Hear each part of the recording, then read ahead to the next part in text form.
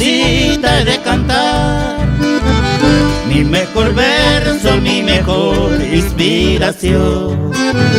Cerca o distante nunca te podré olvidar, te llevo unida dulcemente al corazón.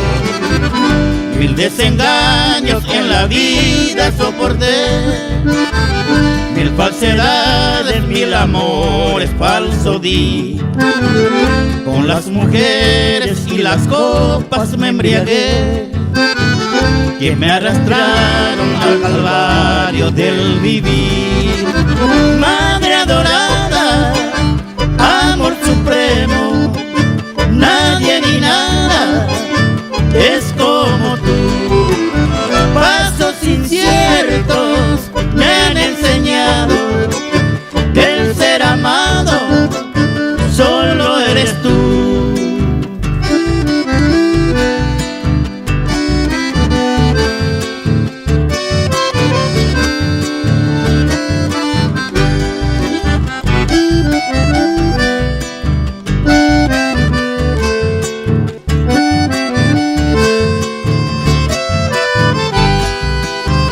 Dios te bendiga, madrecita celestial, pues no podría ya vivir sin tu calor, sin tu ternura que mitigará mi mal, sin tus caricias y tu sacrosanto amor.